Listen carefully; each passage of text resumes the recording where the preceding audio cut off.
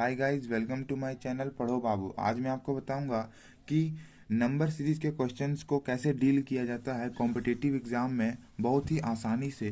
तो सबसे पहले नंबर सीरीज को सॉल्व करने के लिए ना मान के चले मैं आपको एक नंबर सीरीज बताता हूँ। नंबर सीरीज का मतलब होता है ना अ सेट ऑफ नंबर्स जो एक सिमिलर पैटर्न फॉलो करता है, जैसे 2 4 6 8।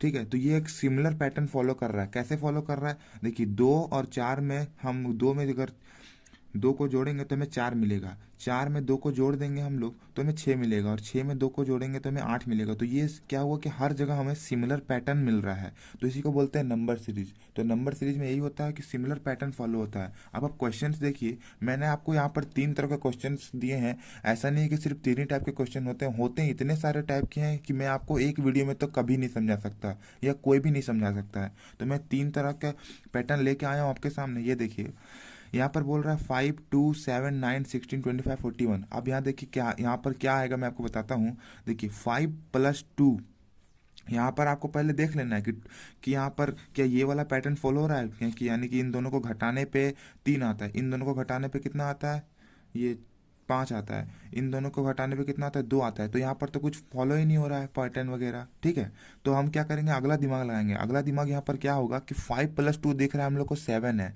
7 + 2 कितना हो रहा है, 9 हो रहा है ना। 9 + 7 कितना हो रहा है, 16 होता है। 9 और 7 को जब हम लोग जोड़ेंगे तो हमें 16 मिलेगा, और 16 + 9 को अगर हम लोग जोड़ेंगे तो हमें मिलेगा 25, और 25 + 16 को जोड़ेंगे तो हमें 41 मिलेगा, और 41 प्लस इसको जोड़ेंगे तो हमें 66 मिलेगा, है ना। इतना मिलेगा, और इसके आगे भी जाना है तो 66 प्लस ये करेंगे तो हमें ये लगभग 107 के करीब मिलेगा। ठीक है, तो ये पैटर्न हो गया। तो मुझे लग रहा है कि आप लोग को ये जरूर लग रहा हो कि मुझे कैसे पता। तो आपको जो है बहुत सारे क्वेश्चंस बनाने पड़ेंगे इसके लिए, तब आपको खुद पता चल जाएगा। ऐसा नहीं है कि इसका कोई ट्रिक होता है, एकदम बेसिक सा रूल है। बहुत सारे क्वेश्चन बनाइए तो आपको लॉजिकली समझ में आ जाएगा। अगला क्वेश्चन है 120 80 40 45। यहाँ देखिए, यहाँ पर क्या हो रहा है, आप घटा के देखिए। आपको घटाने से लग रहा होगा कि यहाँ पर देखिए कितना 40 का फर्क है, फिर यहाँ पर फिर से 40 का फर्क है, लेकिन यहाँ देख रहे हैं 5 का फर्क है ना। तो आपको लग रहा होगा ये तो कोई पैटर्न ही नहीं फॉलो कर रहा है। तो आप क्या करिए, अब देखिए इस पॉइंट ऑफ व्यू से 15 को अगर हम लोग इंटू करेंगे 2 से तो कितना होता है 30। 15 को अगर हम लोग 3 से करेंगे तो 45 होता है। 15 ये 45 होता है। उसके बाद यहाँ पर 40 है। तो ऐसे ऐसे करके साथ यहाँ पर पैटर्न फॉलो हो रहा है। तो यहाँ पर देखिए, यहाँ पर क्या हो रहा है ना कि ये 3 अलग है और ये 3 अलग है। इस क्वेश्चन में ये 3 अलग, ये 3 अलग है।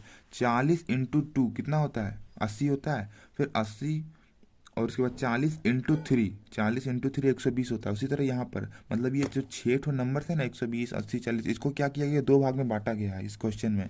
ठीक है, यानी कि इसके आगे भी अगर बढ़ता तो पता नहीं, शायद 5 के टेबल में पहुंच जाता। देखिए, तो 15 × 2 30 हो गया, फिर 15 × 3 45 हो गया। अब कैसे पता चलेगा, तो ये आपको प्रैक्टिस से पता चलेगा। ठीक है, अगला क्वेश्चन देखिए 10 18 28 40 54 और ये 88 है। ये क्वेश्चन आप लोग मुझे बताइए करके।